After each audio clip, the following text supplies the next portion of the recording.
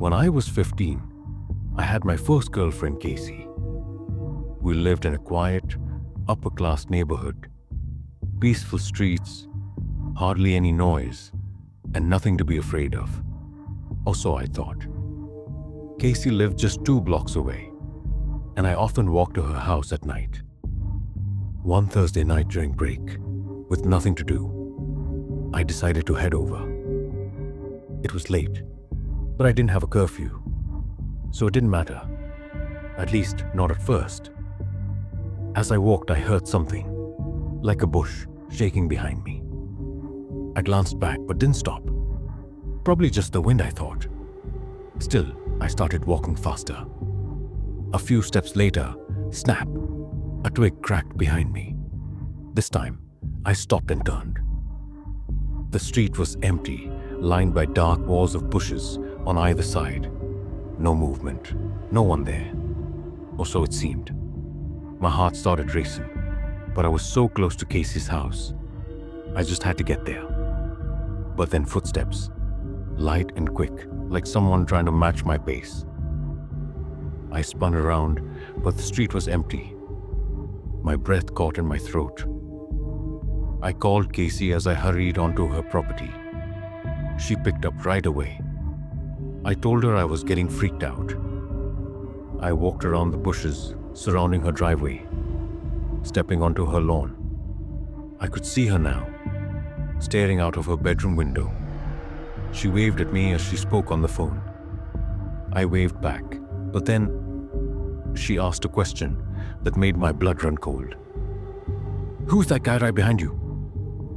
I whipped around, and there he was, a fully grown man, crouched low, just 10 feet behind me. I screamed.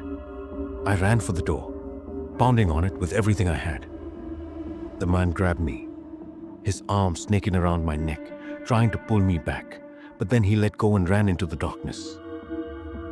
Casey's mom flung the door open, her face pale with shock. She pulled me inside and slammed it shut. My chest heaved as I gasped for breath.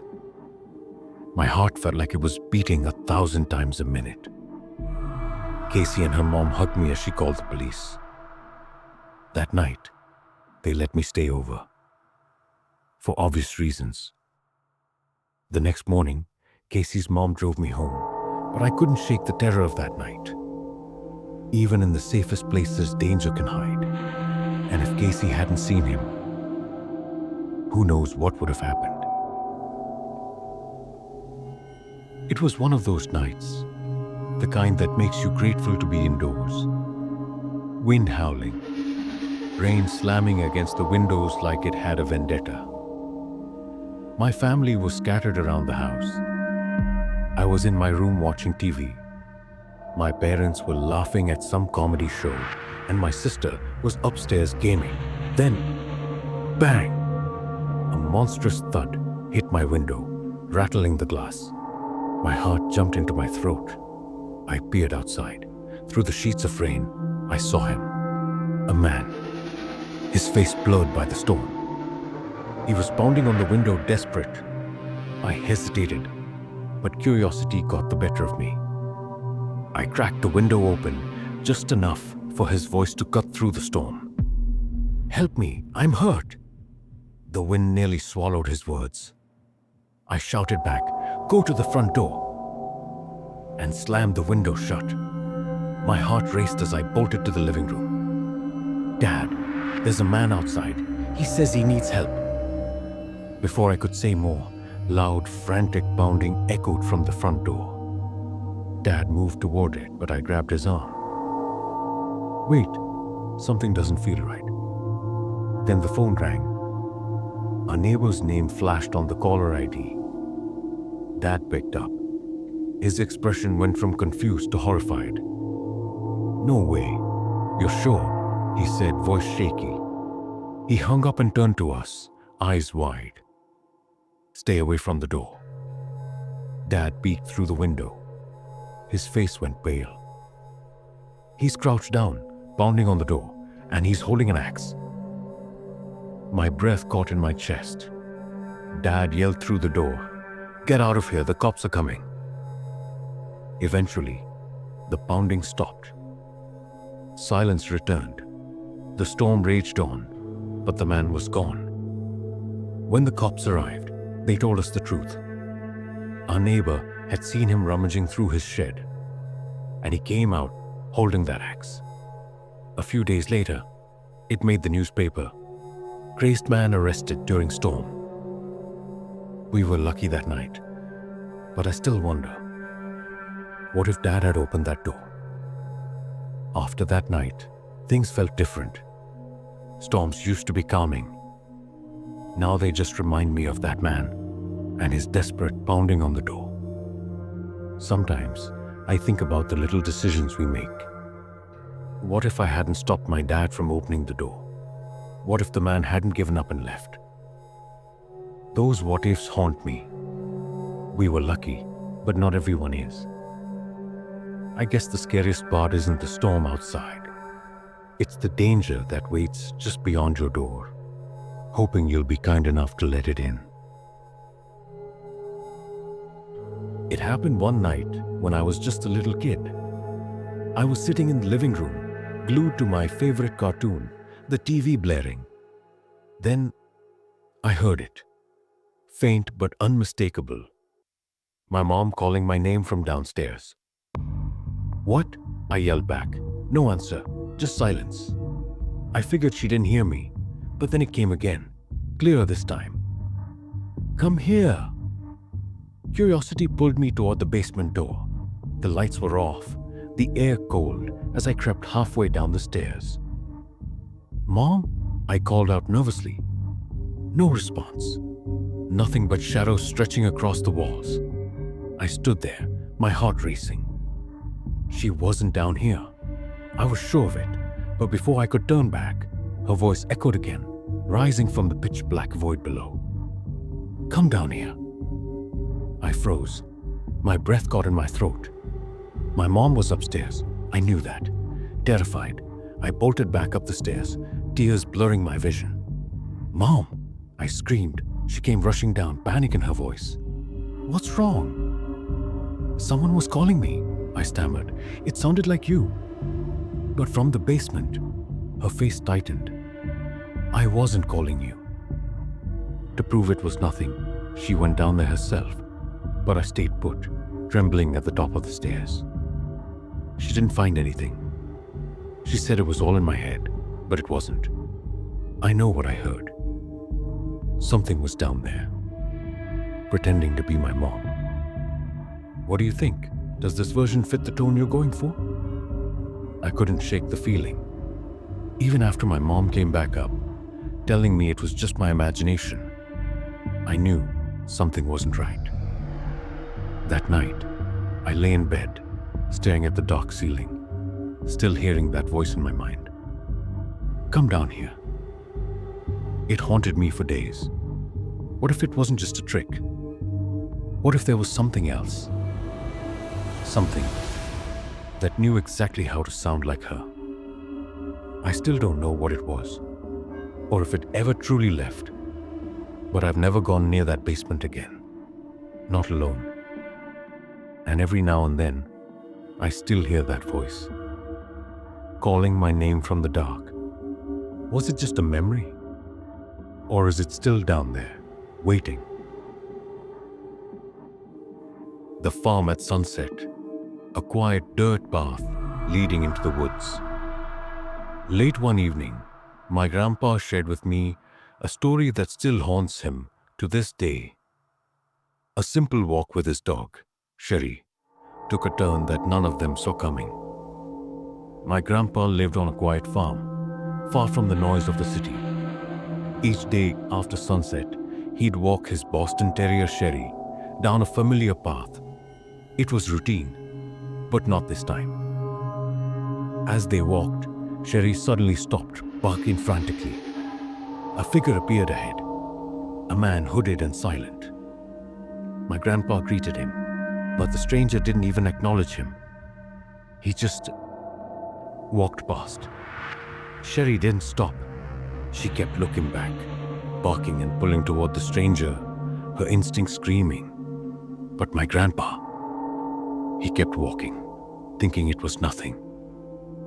But then something felt wrong. My grandpa turned around and saw the same man, now standing behind a tree watching them. A shiver ran down his spine. He quickened his pace, but the crunch of leaves, footsteps, slow and deliberate, followed him. Too close, too close. And then the nightmare began. A cold hand covered his mouth. The air was thick, suffocating. No scream, no breath. But Sherry wasn't done.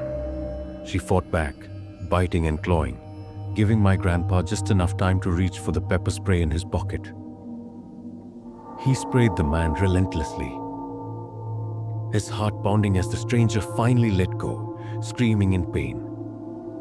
With one last burst of strength, my grandpa ran toward the safety of his home. He made it home, but that night, he learned just how quickly danger can strike, and how the smallest, most loyal companion can save your life when you least expect it.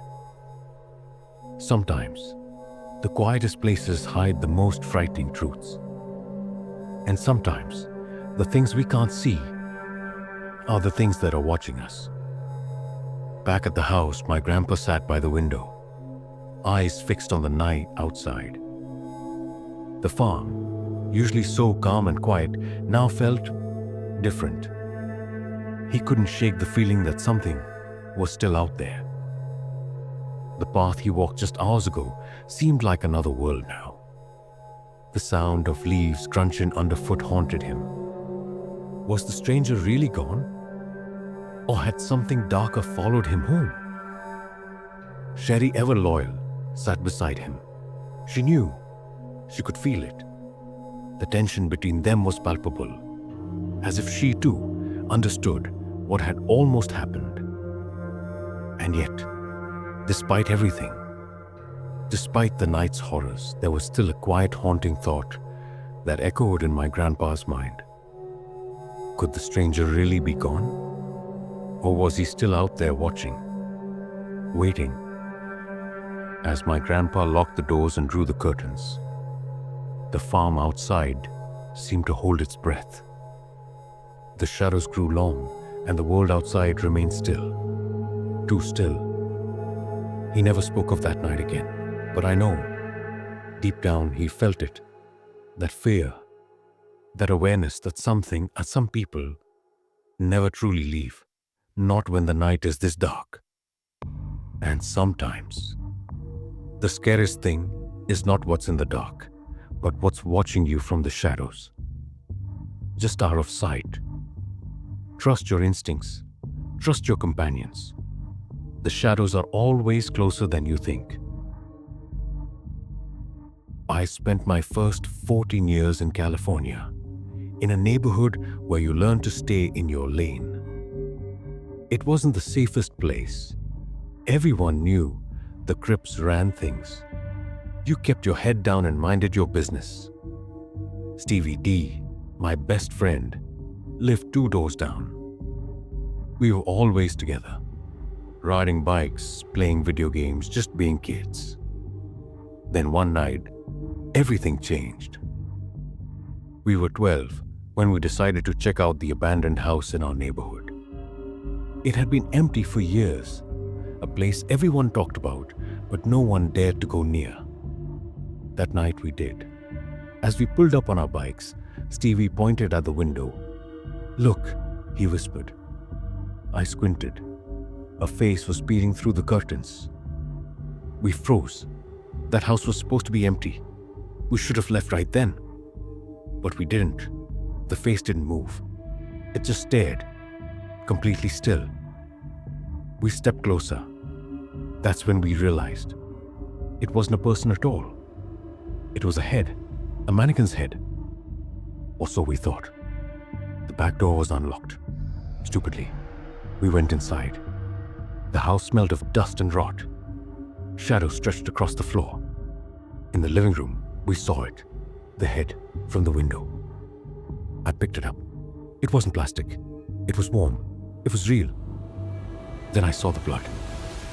We bolted, out the door, through the yard, onto our bikes. My heart pounded like a drum. Later, we learned the truth. The head belonged to someone, a victim of the crypts. Someone had left it there as a message. But the worst part, while we stood in that house too scared to move, we heard it. A crack. The sound of shifting above us. Someone was upstairs. Someone was coming. We never found out who. We never went back. For weeks, we barely spoke. We didn't know if we had been seen, if we had barely escaped something much worse. To this day, I don't know exactly what happened that night. But I'll never forget the sound of those cracks in the ceiling. If you ever pass by a house like that, don't stop. Don't look. Just keep going. Because some stories stay with you. The ones you wish you could forget, but can't. Last year, something happened that still haunts me to this day. It was around 9 p.m. when I heard a knock on our front door. We live in a rural area far from any neighbors, so unexpected visitors are rare and usually never a good sign. I called my mom and she went to check who it was. A man stood on our porch, middle-aged, wearing a jacket, holding a small Clorox container. He said he was opening a business and asked if she liked American-made products. Something about him felt off. Then he turned back toward his minivan, saying he needed to grab a vacuum cleaner. That's when my mom noticed something chilling.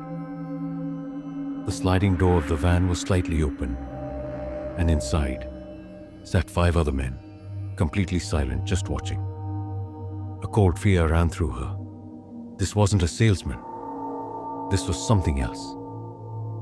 She whispered to me, "Run, get your phone." But I couldn't find it. Instead, I grabbed the biggest knife I could find and hid just around the corner. My mom didn't hesitate. She threw the Clorox container onto the ground and yelled, "Get the hell off my property." She told them she was calling the cops. The man froze for just a second, then turned back to the van. Without another word, they all peeled out of our driveway, disappearing into the night. We never saw them again. No reports, no signs of that van anywhere. To this day, I still wonder, what would have happened if we had let him inside? What do you think they were up to? Have you ever had a moment where your gut told you something was wrong? Let me know in the comments. And if you want more real-life scary stories, don't forget to like and subscribe.